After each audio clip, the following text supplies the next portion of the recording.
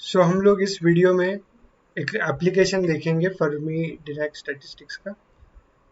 हम लोग ने जब स्पेसिफिक हीट मेटल्स की पढ़ना स्टार्ट की, ओके, तब कुछ अजम्पशंस की थी और वो अजम्पशंस फेल हो रही थी। इसी दौरान जो फर्मी डिराक स्टैटिस्टिक्स है उसने प्रॉब्लम सॉल्व कर दी। वो किस प्रकार सॉल्व कर दी वो हम लोग जानना चाहते हैं। ओके, तो सबसे पहले हम लोग ये देखेंगे कि पहले अजम्पशन में क्या किया गया था। पहले थेरोटिकली ये अज्यूम किया था कि जो मेटल्स रहते हैं उनमें जो पॉजिटिव चार्ज रहते हैं वो एक इस तरीके से क्रिस्टल की तरह अरेंज रहता है। ओके, और जो इलेक्ट्रॉन्स रहते हैं, सॉरी, और जो इलेक्ट्रॉन्स रहते हैं वो पूरा इस सी में ऐसे इलेक्ट्रॉन्स के एकदम फ्री रहते हैं। इलेक्ट्रॉन्स वो हर जगह पे मूव कर सकते हैं। उनकी पूरी एक सी है, ऐसा बोला जाता है, सी ऑफ इलेक्ट्रॉन्स कहा जाता है। तो वो कोई भी डीलोकलाइज रहते हैं, कोई भी एटम से वो अटैच नहीं रहते, फ्री रहते हैं कम्प्लीटली। तो इस तरीके का अरेंजमेंट अज्यूम किया गया था। और ये भी चीज़ें अज्यूम की गई थी कि जो स्पेसिफिक हीट है उसमें कंट्रीब्यूशन एटम से भी होगा। सॉरी, स्पेसिफिक हीट है इसमें कंट्रीब्यूशन एटम्स के थ्रू भी होगा। और जो इलेक्ट्रॉन्स है, इलेक्ट्रॉनिक लिखा है, वो उससे भी होगा। तो इलेक्ट्रॉन्स यहाँ पे पूरा रोम हो रहा है, बहुत सारे इलेक्ट्रॉन्स उसके लिए। तो स्पेसिफिक हीट कैलकुलेट करने के लिए हम लोग पहले एवरेज एनर्जी देखते हैं किस तरीके की होती है। एवरेज एनर्जी देखने के लिए हम लोग को कपल ऑफ चीज़ें कंसिडर करनी पड़ती है कि हर एक जो एटम है, ओके, पहले एटॉमिक की निकालते हैं। एटॉमिक जो निकालते वक्त हम अज्यूम कर रहे हैं कि एटम्स रेस्ट में है। ओके, ये एटम्स में बाकी के एटम्स के साथ कोई इंटरेक्शन नहीं हो रहा है, ये भी अज्यूम कर रहे हैं। और एब्सोल्यूट जीरो टेम्परेचर पे ये एकदम ऐसा जैसे फोटो में दिखा है वैसे एकदम स्टिल रहेंगे। जैसे ही टेम्परेचर बढ़ते जाएगा, ज़्यादा ये जो एटम्स है वो पॉजिटिव आयंस वो वाइब्रेट करना चालू करेंगे। और ये वाइब्रेशन उनका कौन से भी डायरेक्शन में हो सकता है, स्मॉल स्मॉल ऐसे ऊपर नीचे ऐसे वाइब्रेट हो सकते हैं, कोई भी डायरेक्शन में, एक्स डायरेक्शन में, वाई डायरेक्शन में, जेड डायरेक्शन में। लेकिन थोड़ा सा वाइब्रेट हो गया, इतना नहीं वाइब्रेट हो गया कि वो बाकी के आइटम्स के ऊपर कोई इन्फ्लुएंस करना स्टार्ट कर दे। ठीक है, कोई भी आइटम जो अगर रहेगा तो उसकी दो एनर्जीज रहती है, आपको पता है, काइनेटिक एनर्जी रहती है और पोटेंशियल एनर्जी रहती है, बराबर, टोटल एनर्जी के। काइनेटिक एनर्जी क्या रहेगी, उसकी हाफ एम वी स्क्वायर रहती है। और पोटेंशियल एनर्जी क्या रहेगी, क्योंकि वो एक स्प्रिंग मोशन अगर कर रहा है, स्प्रिंग का मोशन में अगर पोटेंशियल एनर्जी स्प्रिंग की क्या रहती है, हम लोग ने देखा है के एक्स स्क्वायर रहती है। ओके, जहाँ पे के एक स्प्रिंग कांस्टेंट है, तो यहाँ पे भी के जो है वो बोल्ट्जमैन कांस्टेंट नहीं है, ये ध्यान में रखो, ये है स्प्रिंग कांस्टेंट। ओके, ये भी हम लोग ध्यान में रखेंगे। और जो हम लोग ने यहाँ पे नेक्स्ट पेज पे देखेंगे, यहाँ पे आपको x दिखेगा, ये x नहीं है, यहाँ पे x नॉट है। Okay, this is x not which is equal to dx/dt। ठीक है, सो ये मीन पोजीशन के अराउंड के फोर्स कांस्टेंट हो गया या फिर स्प्रिंग कांस्टेंट बोल लीजिए। तो दोनों काइनेटिक और पोटेंशियल एनर्जी को कंट्रीब्यूट करने वाले इक्वी पोटेंशियल लॉ रहते हैं। इक्वी पार्टीशन लॉ वापस से रिपीट करता हूँ, क्या कहता है इक्वी पार्टीशन लॉ, कहता है कि जितना डिग्री ऑफ फ्रीडम है, हर डिग्री ऑफ फ्रीडम के लिए हाफ के टी ये कंट्रीब्यूशन रहेगा एवरेज एनर्जी का। Average energy associated with the motion of in one coordinate, एक ही कोऑर्डिनेट में, मतलब यहाँ पे एक्स कोऑर्डिनेट है ना, एक ही कोऑर्डिनेट में अगर उसका कंट्रीब्यूशन देंगे तो 2 टाइम्स हाफ के टी हो जाएगा। क्योंकि हाफ क्या है, हाफ काइनेटिक एनर्जी का है और एक हाफ पोटेंशियल एनर्जी का है, तो 2 kT हो जाता है। ओके, और हर आइटम 3 कोऑर्डिनेट एक्सेस, तीनों एक्सेस में मूव कर सकता है, तो तीनों एक्सेस के ये हो kT हो जाएंगे, तो 3 टाइम्स kT हम लोग को देखने को मिलता है। ठीक है, फिर उसके बाद जो 1 ग्राम ऑफ एटम्स में कितनी एनर्जी रहेगी वो देखने के लिए हम लोग एवोगाड्रो नंबर्स का यूज करते हैं, दैट इज n इंटू के टी। यहाँ पे जो के है, ये के और ये के में डिफरेंस है, देख लीजिए। ये हम लोग के को ये के को हम लोग चाहिए तो ऐसा लिख सकते हैं, कापा की तरह लिख सकते हैं। आप ये नॉर्मली आप ध्यान में रखना, बस ये के को अलग लिखना है इससे। ठीक है, लेकिन इम्पोर्टेंट क्या है कि यहाँ पे एटॉमिक एनर्जी निकालने के लिए 1 ग्राम ऑफ एटॉमिक एनर्जी में एन के टी एनर्जी आ जाती है। और एन के क्या है, एवोगाड्रोस नंबर है, एन की वैल्यू अवोगाड्रोस नंबर के आप निकाल सकते हो, आपके calculator is 6 into I think so 6 into 10⁻²⁵ है, something like that. Okay, so R की वैल्यू क्या हो जाती है, गैस कांस्टेंट जो आर है उसकी वैल्यू क्या हो जाती है, एन के हो जाती है, ये ध्यान में रखना। सो इलेक्ट्रॉनिक एटॉमिक एनर्जी की वैल्यू हो जाती है 3RT। और ये फॉर्मूला बहुत इंपॉर्टेंट है कि that is CV, that is specific heat is always, ये एटॉमिक टर्म है सीवी का। ओके, वो हमेशा जो एनर्जी रहती है उसका टाइम डेरिवेटिव, सॉरी, उसका टेम्परेचर डेरिवेटिव रहता है। We have to always take derivative with respect to temperature. यहाँ पे एफ लिखा है, इसके मतलब वो जो ये एफ का यहाँ पे अलग मीनिंग रहता है। एफ का जो हेल्महोल्ट्ज एनर्जी है वो कांस्टेंट रहती है ये डेरिवेटिव करते हुए। हेल्महोल्ट्ज एनर्जी के डीप में नहीं जाएंगे हम लोग, क्या उसका मतलब है, लेकिन ये है। तो हम लोग ये 3RT को डेरिवेटिव निकालेंगे विद रिस्पेक्ट टू टी, तो हम लोग को 3R आ जाएगा। सो कंट्रीब्यूशन, एटॉमिक टर्म का कंट्रीब्यूशन क्या आ गया, ये एटॉमिक टर्म का कंट्रीब्यूशन होता है 3R। सिमिलरली इलेक्ट्रॉन्स भी डिसाइड करते हैं। इलेक्ट्रॉन्स तो कंप्लीटली फ्री है, कौन से भी थ्री है, वो वाइब्रेट नहीं होंगे, उनको कोई वाइब्रेशनल एनर्जी नहीं है, उनका बस फ्री मूवमेंट करने का एनर्जी है।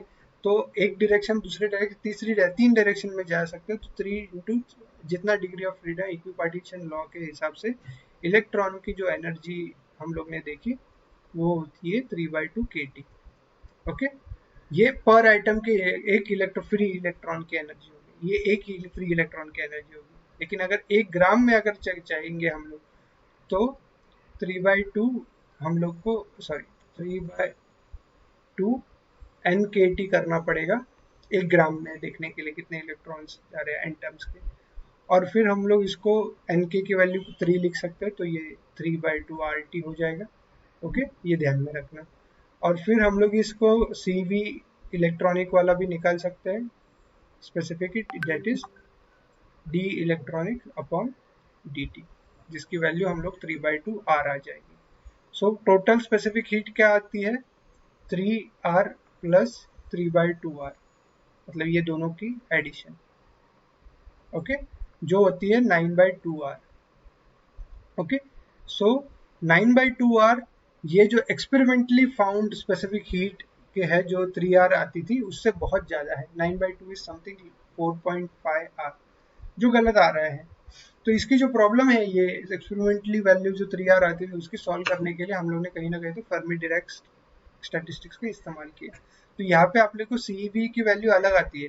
वो कैसे अलग आती है मैं आपको दिखाना चाहूँगा। जैसे हम मैंने बताया था कि E की वैल्यू, ओके, कुछ तो इन टर्म्स ऑफ हम लोग ने EF निकाला था at temperature non equal non zero temperatures पे EF की जीरो वैल्यू, कुछ तो 1 minus pi square by 12 KT by EF zero square, ऐसे ऐसे टर्म्स आते थे बराबर।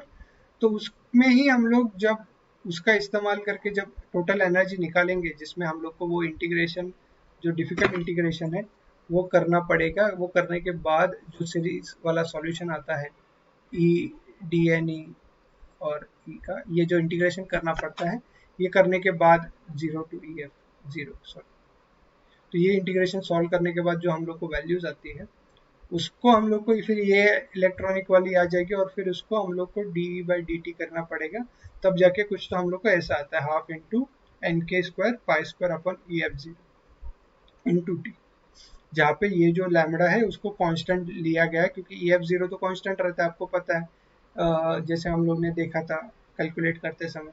और NK स्क्वायर पाई स्क्वायर ये सारे कांस्टेंट है, तो उसको हम लोग ने लैम्बडा कंसिडर कर दिया। ये कोई वेवलेंथ नहीं है, ध्यान में रखो, ये बस लैम्बडा है। ओके, कांस्टेंट उन्होंने कंसिडर किया है। सो स्पेसिफिक इलेक्ट्रॉन की कहा कितनी आ जाती है, लैम्बडा T आ जाती है।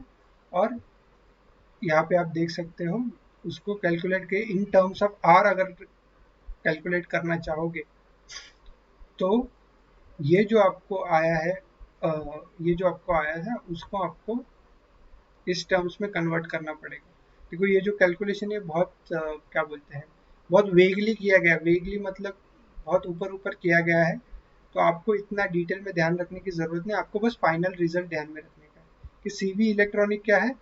CV इलेक्ट्रॉनिक की value pi square KT/2 EF equal to R हो जाता है, इन टाइम्स आर। तो आर की वैल्यू आ जाती है, और ये जो वैल्यू है ये हमेशा बहुत कम रहती है। ओके, और इसी चक्कर में हम लोग को फिर सॉल्यूशन आ जाता है, specific heat should be equal to the sum of the atomic and the electronic energy, but at the room temperature और द हायर टेम्परेचर, जितना हाई टेम्परेचर रहेगा जिसकी वैल्यू जो है वो बहुत कम हो जाती है, प्रोबेबिलिटी बहुत कम हो जाती है। So the atomic energy specific heat जो है वो 3/2 ही रहती है। वो कैसा होता है मैं तो ग्राफ आपको ये दिखाना चाहता हूँ। एक्सपेरिमेंटली तो हम लोग ने ज़्यादा हाई टेम्परेचर देखे ही नहीं थे, तो हम लोग को जो 3R आया तो वैसे ही आता है, लेकिन जो ये टेम्परेचर से लो टेम्परेचर पे इतनी उसकी इन्फ्लुएंस नहीं रहती ये टर्म्स की सीवी के इसमें। ये सीवी इंटू टी का ग्राफ है, और फिर ये ग्राफ है ना धीरे धीरे ऐसे बेंड होना स्टार्ट हो जाता है, क्योंकि ये टेम्परेचर अगर बढ़ेगा तो इसका टेम्परेचर हो जाता है। तो हम लोग ने हायर टेम्परेचर देखे नहीं, सॉरी, हायर टेम्परेचर्स के ऊपर एक्सपेरिमेंट्स ज़्यादा किए नहीं थे, इसलिए हम लोग को पता नहीं था। लेकिन जब हम लोग कंसिडर करना चालू करते हैं तो ये टर्म भी एडिशनल हो जाता है। तो यही डेफिनेशन यहाँ पे लिखी है सारी। ओके, तो आप देख सकते हो। तो ये ग्राफ ध्यान में रखना कि एक पर्टिकुलर टेम्परेचर है, ओके, उस टेम्परेचर के बियॉन्ड जब हम लोग जाते हैं, वो टेम्परेचर को हम लोग TF भी कह सकते हैं। ओके, तो टेम्परेचर के बियॉन्ड हम लोग चले जाते हैं, तो ग्राफ जो है वो जो प्रोपोर्शनल हम लोग को लगता था स्पेसिफिक 3R की वैल्यू होनी चाहिए उतनी तो आती है स्टार्टिंग में, लेकिन एक पर्टिकुलर टेम्परेचर के बाद फिर वो चेंज होना स्टार्ट करती है, जो एक्सपेरिमेंट्स की वैल्यू को भी करेक्ट कर रहा था, प्लस हम लोग को कुछ एक्स्ट्रा नॉलेज दे रहा था कि एक पर्टिकुलर टेम्परेचर ऐसा रहेगा जहाँ पे इलेक्ट्रॉनिक स्पेसिफिक हीट जो है वो चेंज होती जाएगी। ठीक है, तो वो हम लोग कंसिडर कर सकते हैं। अभी हम लोग डाइंग ऑफ स्टार्स और वाइट ड्रॉप्स इनके बारे में थोड़ा सा जानेंगे। सी, बिसाइड्स मेटल डीकेइंग स्टार्स में भी फर्मियंस रहते हैं, क्योंकि हम लोग को पता है इलेक्ट्रॉन्स, न्यूट्रॉन्स, प्रोटॉन्स, ये सारी चीज़ें क्या है, ये फर्मियंस है। ओके, और स्टार डाई होते वक्त क्या क्या चीज़ें होती है उनके अंदर। सबसे इंपॉर्टेंट चीज़ क्या होती है कि देखो, एक सन, देखो आप सन इमेजिन करो, सन की एनर्जी कहाँ से आती है। कोई भी सन रहेगा अपना, ये सन रहेगा, सन में एक कोर रहता है, जहाँ पे कोर में कंटिन्यूसली हाइड्रोजन हाइड्रोजन फ्यूज होके हीलियम बनाते हैं। ओके, ये फ्यूजन रिएक्शन होते रहता है कंटिन्यूसली, और ये फ्यूजन रिएक्शन से एनर्जी रेडिएट होती रहती है बाहर। ओके, तो आप बोलोगे एनर्जी रेडिएट हो रही है तो सन की एनर्जी तो बढ़नी चाहिए। यस, ये सन की साइज कोर की बढ़ती जानी चाहिए थी, लेकिन क्या होता है कि ग्रेविटेशनल पुल जो रहता है, मतलब फ्यूजन एनर्जी का फोर्स जो है बाहर से अंदर से बाहर, और ग्रेविटेशनल प्रेशर का जो फोर्स है ये बैलेंस रहता है, इसलिए सन की साइज आपकी कांस्टेंट रहती है, क्योंकि ग्रेविटी भी है, मास है तो ग्रेविटी है, तो दोनों का बैलेंस होता है लार्ज ऑब्जेक्ट्स के ऊपर, इसलिए सन अपना स्टेबल रहता है फ्यूजन रिएक्शन होते वक्त। लेकिन जब फ्यूजन होने वाला जितना भी हाइड्रोजन है सन के कोर में, वो अगर फ्यूज होके खत्म हो जाता है, एक टाइम आएगा, सन भी डाई होते हैं, बहुत इंपॉर्टेंट है कब डाई होते हैं, जितना उनके अंदर हाइड्रोजन है वो सारा फ्यूज होके हीलियम बन गया, तो उनकी फ्यूजन एनर्जी कम होती जाएगी, और फिर ये ग्रेविटेशनल पुल जो है उसको अंदर दबाते जाएगा। ओके, तो जितना भी मास है हीलियम का बना हुआ, हीलियम वगैरह अदर अदर एलिमेंट्स भी रहते हैं, लेकिन जितना भी मास है वो सारी चीज़ें ऐसे ग्रेविटी उनको स्क्वीज डाउन करती रहेगी, और एक फिर बड़ा एक्सप्लोजन होता है जिसमें बाहर की लेयर कंप्लीटली उड़ जाती है, और जो छोटा स्टार बाकी रहता है उसको ड्वार्फ स्टार्स कहते हैं। ओके, डिपेंडिंग ऑन कि सन की साइज कितनी बड़ी है उसके ऊपर डिपेंड करता है कि वो वाइट ड्रॉप बनेगा, ब्राउन ड्रॉप बनेगा, न्यूट्रॉन स्टार बनेगा, या फिर ब्लैक होल बनेगा। अपना जो सन है, अर्थ के आसपास जो सन है, उस वो अगर कोलैप्स होगा तो वो डेफिनेटली ब्राउन ड्रॉप, उसकी साइज इतनी ज़्यादा नहीं है तो वो ड्रॉप स्टार ही बन जाएगा। ओके, लेकिन जो न्यूट्रॉन स्टार्स है उसके लिए बहुत बड़े स्टार्स लगते हैं, अपने सन से 8 टाइम्स अगर बड़ा सन रहेगा, ओके, तो उसकी चांसेस है कि वो न्यूट्रॉन स्टार में डिफ्यूज हो। अब ये वाइट ड्रॉप क्या रहता है, न्यूट्रॉन स्टार क्या रहता है, तो सिंपल आपको मैं कहना चाहता हूँ, हीलियम के आइटम्स फ्यूज हो जाएंगे, ये पूरा कोर जो होता है, ग्रेविटी इतना कोर कर देती है कि सारे इलेक्ट्रॉन्स जो रहते हैं वो हॉट हॉट होते जाते हैं।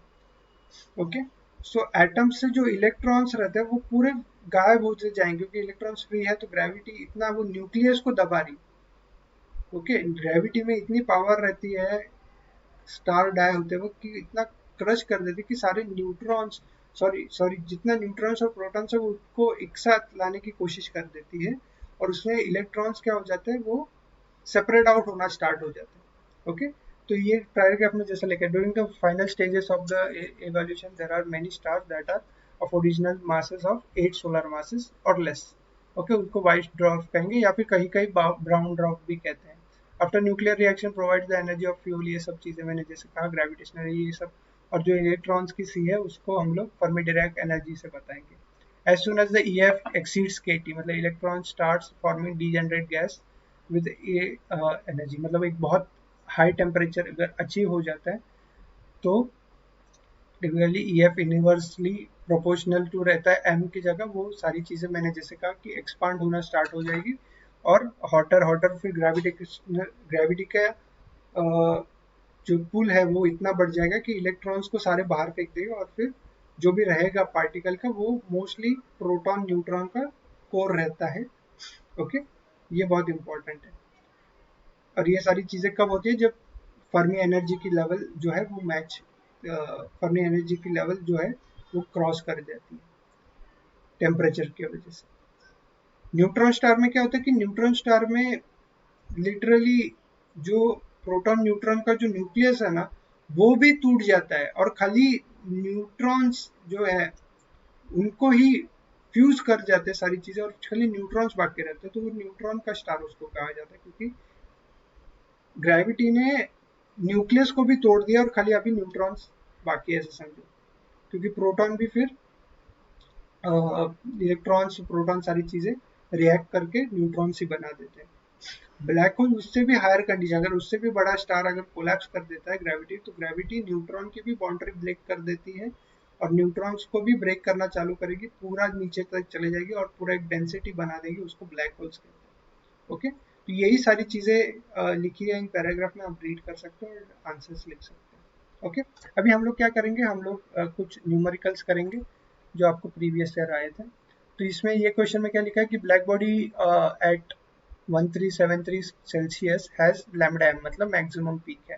The wavelength corresponding to this maximum length is equal to 1.78 micron, मतलब ओके, ऐसा भी वेवलेंथ की वैल्यू भी दी है, लैम्डा एम की भी वैल्यू दी है, टी की भी वैल्यू दी है। Find the temperature of the moon if the lambda M for the moon is 14 microns. Okay, तो हम लोग को एक अज्यूम किया है कि मून एक ब्लैक बॉडी, ओके ठीक है।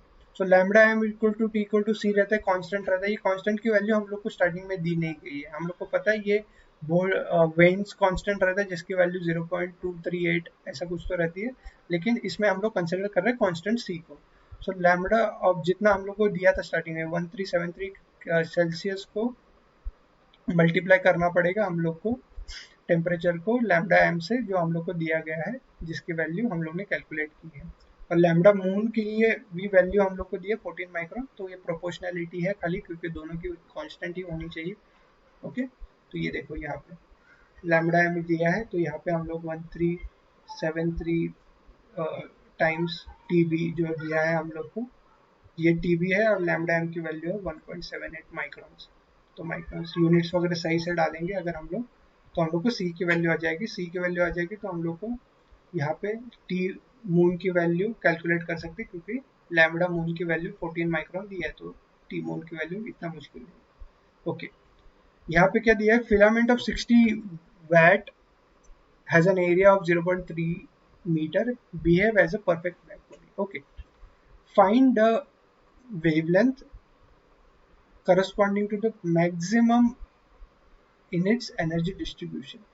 Okay, the Stephen constant is given as E is equal to E phi. Stephen constant है, Wein's constant भी दी। ओके, सिंपल है, देखो आपको मैं बताना चाहता हूँ, जो हम लोग ने फॉर्मूला लिखा था वो एनर्जी डेंसिटी का था, तो हम लोग को E बाय A करना पड़ेगा, that is energy upon the area. Okay, और यह है पावर देखो पावर कैसे कैलकुलेट किया जाता है आपको पता है, energy upon area plus time रहता है, ये पावर का वैट रहता है, लेकिन यहाँ पे 1 सेकेंड अगर कंसिडर करेंगे तो टाइम हम लोग को कंसिडर करना नहीं पड़ेगा। ओके, सो स्टीफन कांस्टेंट क्या है, which is directly proportional to T raise to 4, energy density directly proportional थी ई रेज टू 4, सो हम लोग ने E बाय ए को कर दिया। E की वैल्यू क्या है 60 वॉट रहेगी, वॉट और ए की वैल्यू सरफेस एरिया भी दिया है 0.3। सो हम लोग को ये करना पड़ेगा, स्टीफन कांस्टेंट की भी वैल्यू है तो टी ये हम लोग निकाल सकते हैं। ओके, टी की वैल्यू निकाल देंगे हम लोग को। टी की वैल्यू यहाँ पे वेवलेंथ निकालने का है मैक्सिमम टेम्परेचर पे, वेन्स कांस्टेंट का फॉर्मूला यूज करेंगे, lambda M equal to T times Wien's constant क्या है 2.89 इंटू 10⁻³ ये। सो ये वेन्स कांस्टेंट का इस्तेमाल करेंगे फॉर्मूला और फिर लैम्डा एम की वैल्यू निकाल लेंगे। ठीक है, तो इस तरीके का सम आएगा। तो ये आप चीज़ें आपको ध्यान में रखनी चाहिए। और एक चीज़ क्या है, यहाँ पे एक क्वेश्चन दिया है, calculate the Fermi energy of electron for the metal at zero temperature whose density is 10500, atomic weight is 107.9 and it has a one conduction electron per atom. Okay, so यहाँ पे क्या दी गई, पहले इलेक्ट्रॉन कॉन्सेंट्रेशन हम लोग को निकालना पड़ेगा कि इलेक्ट्रॉन की कॉन्सेंट्रेशन कैसे, इलेक्ट्रॉन की कॉन्सेंट्रेशन कैसे निकाल सकते हैं हम लोग, नंबर ऑफ इलेक्ट्रॉन्स पर atom. Okay, 1 gram of atom में कितना होता है आपको पता है, 1 ग्राम ऑफ एटम में हम लोग के n इलेक्ट्रॉन्स रहते हैं, बराबर। Na क्या है, अवोगाड्रोस नंबर है। लेकिन यहाँ पे क्या किया है फिर हम लोग ने कि नंबर ऑफ इलेक्ट्रॉन, अभी डेंसिटी क्या रहती है, डेंसिटी रहती है नंबर, डेंसिटी है ये मास अपॉन वॉल्यूम, करेक्ट। सो इलेक्ट्रॉन कॉन्सेंट्रेशन हम लोग को निकालने के लिए जो डेंसिटी है उसको हम लोग को मल्टीप्लाई करना पड़ेगा n से। Okay, total number of electrons, number of free electrons पर एटम के कितना है 1 है। ओके, कितने एटम्स है 10⁻²3 इंटू डेंसिटी ए, और ए क्या है एटॉमिक वेट है, ये ध्यान में रखो, ये कोई एरिया नहीं है, एटॉमिक वेट से मतलब एटॉमिक वेट क्या है रहता है, हर एटम का कितना वेट है, बराबर, अप्रोक्सीमेटली उसका वेट जो है वो हम लोग को दिख रहे हैं। सो एटॉमिक वेट से अगर डिवाइड करते हैं हम लोग तो, और वॉल्यूम से रहेंगे तो density, electron concentration is always in terms of, यहाँ पे यूनिट्स नहीं दिए गए लेकिन ये it is in terms of m-3, मतलब कि ये नंबर नहीं है, ये वॉल्यूम से डिवाइड होगा, इसलिए यहाँ पे वॉल्यूम भी कंसिडर किया गया जो है। m तो कैंसिल हो जाएगा क्योंकि ये एटॉमिक वेट ए का m यूनिट है और d में m यूनिट रहेगा, वो m कैंसिल हो जाएगा।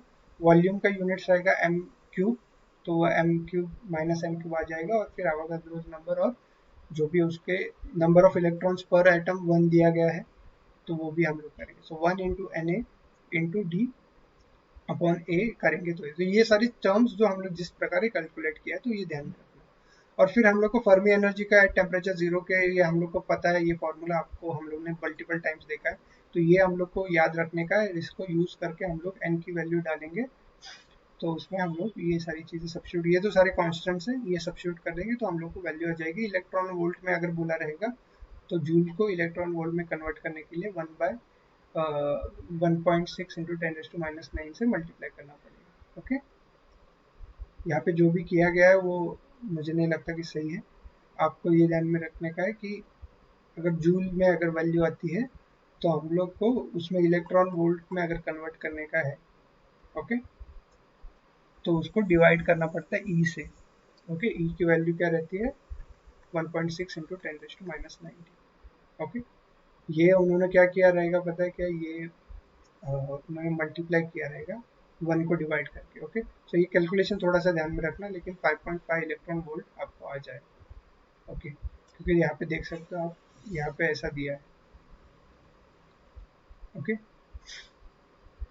चलो नेक्स्ट क्या देखेंगे हम लोग, नेक्स्ट देखेंगे at the temperature we expect that 10% of probability that Fermi electron in silver has have an energy which is 1% above Fermi level, Fermi energy, the Fermi energy of the silver is this. So EF हम लोग को दिया है, EF दिया 5.5 electron volts, ये ध्यान में रखना। फर्मी एनर्जी का डिस्ट्रीब्यूशन टेम्परेचर क्या है, ये प्रोबेबिलिटी है, ये ध्यान में रखना। सो प्रोबेबिलिटी 1/1 प्लस ये तो डिस्ट्रीब्यूशन हम लोगों ने किया, ये ब्रैकेट नहीं आएगा। ओके, सॉरी, तो यहाँ पे क्या दिया कि 10% प्रोबेबिलिटी, 10% प्रोबेबिलिटी 0.1, तो 0.1 अगर प्रोबेबिलिटी एफ ही दिया है हम लोग को, EF दिया है, तो हम लोग ई की वैल्यू निकाल सकते हैं क्योंकि के, बी और टी कांस्टेंट है। ओके, सो हम लोग ये चीज़ें निकालेंगे। ओके, जैसे हम लोग ने कैलकुलेट किए, ये टर्म्स को हम लोग सब्स्टिट्यूट करेंगे और फिर ये टर्म को निकालेंगे। ओके, और फिर हम लोग यहाँ पे एक और चीज करेंगे जो आपको मैं दिखाना चाहता हूँ। देखो, आप बोलोगे कि ये कैसा आया और केबीटी कहाँ पे चला गया, बराबर। तो हम लोग को एट व्हाट टेम्परेचर पूछा है, ध्यान में रखना क्वेश्चन में। तो टेम्परेचर टी ही कैलकुलेट करने का है। यहाँ पे इन्होंने क्या बोलते हैं, टेम्परेचर टी कैलकुलेट करने के लिए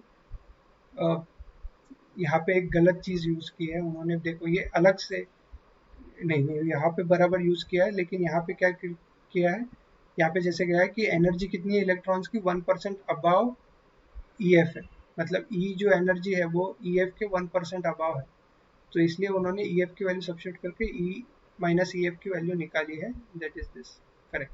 सो ये करेक्ट कैलकुलेशन है, इसमें ये स्टेटमेंट को यूज किया गया और फिर ये स्टेटमेंट और ये स्टेटमेंट को सब्सिट्यूट किया इस स्टेटमेंट में टी की वैल्यू निकालने के लिए। तो थोड़ा टर्म आपको रीअरेंज वगैरह करना पड़ेगा, एक्सपोनेंट्स निकालने के लिए लॉग वगैरह लेना पड़ेगा, और फिर आपको ये आंसर आ जाएगा। और एक टर्म क्या है last, calculate the number of energy states. तो ये हम लोग को डेंसिटी ऑफ स्टेट्स है, लेकिन यहाँ पे देख सकते हो क्यूब की वॉल्यूम दी गई है 1 सेंटीमीटर लाइंग अबाउ ई रेस टू एनर्जी ई। सो 1, इसमें हम लोग देख सकते हैं कैसे निकाला है, number of electron states lying in a cubical box. Cubical box है तो ये ध्यान में रखना कि वी रहता है उस क्यूब का वॉल्यूम। और जैसे यहाँ पे कुछ तो गलत दिया रहेगा, लेकिन हम लोग को पता है डेंसिटी ऑफ स्टेट्स क्या है।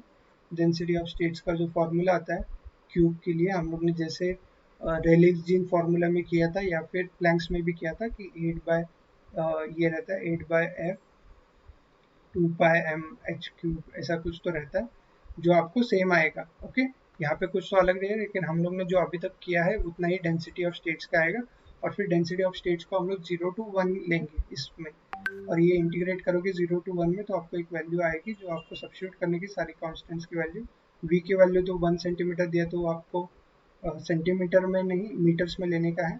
और 1 इलेक्ट्रॉन वोल्ट की वैल्यू है ई के जगह पे हम लोग डालेंगे, तो उसको भी जूल्स में कन्वर्ट करेंगे और फिर हम लोग सारी चीज़ की वैल्यूज निकालेंगे। यहाँ पे एम के इलेक्ट्रॉन्स है, तो एम की वैल्यू इलेक्ट्रॉन्स की भी आपको पता है, ये सारी चीज़ें। और Fermi energy level, Fermi velocity, electron, C S, okay, ये सारी चीज़ें हम लोग निकाल सकते हैं। यहाँ पे फर्मी वेलोसिटी का फॉर्मूला भी सेम है, वी एफ ई एफ की जगह ई एफ लेने का, और K B T is equal to E F. ये फॉर्मूला डायरेक्ट है, सिंपल है। ओके, और ये एक सिमिलर टेम्परेचर है जहाँ पे हम लोग ने एन वी निकाला है, जो हम लोग ने फर्स्ट एक सम किया था उसके रिगार्डिंग ही सिमिलर है डेंसिटी वाला। ओके, तो दैट्स इट।